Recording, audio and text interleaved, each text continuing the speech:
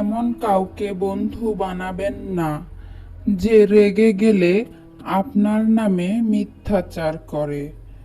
সবার প্রতি সুধারণা রাখুন, অন্ধবিশ্বাস নয়। কেউ মানুষকে ঠকিয়ে আল্লাহকে হারায়, আবার কেউ মানুষের কাছে ঠকে আল্লাহকে পায়।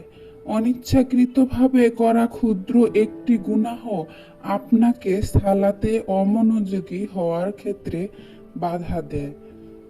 যদি আপনি দেখতে পান সালাতে আপনার মন বসছে না, বুঝে নেবেন এর কারণ ইমানের দুর্বলতা।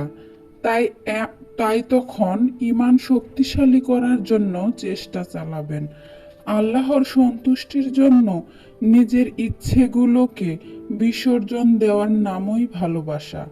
আল্লাহর প্রিয় হওয়ার জন্য 2 ফোঁটা অশ্রুই যথেষ্ট।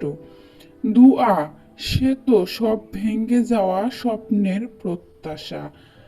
যে মানুষটা তার ঠোঁটে প্রফুল্ল হাসি রেখে দিনটা কাটায়, সে মানুষটা গভীর রাতে তার রবের নিকট অশ্রু ঝরায়।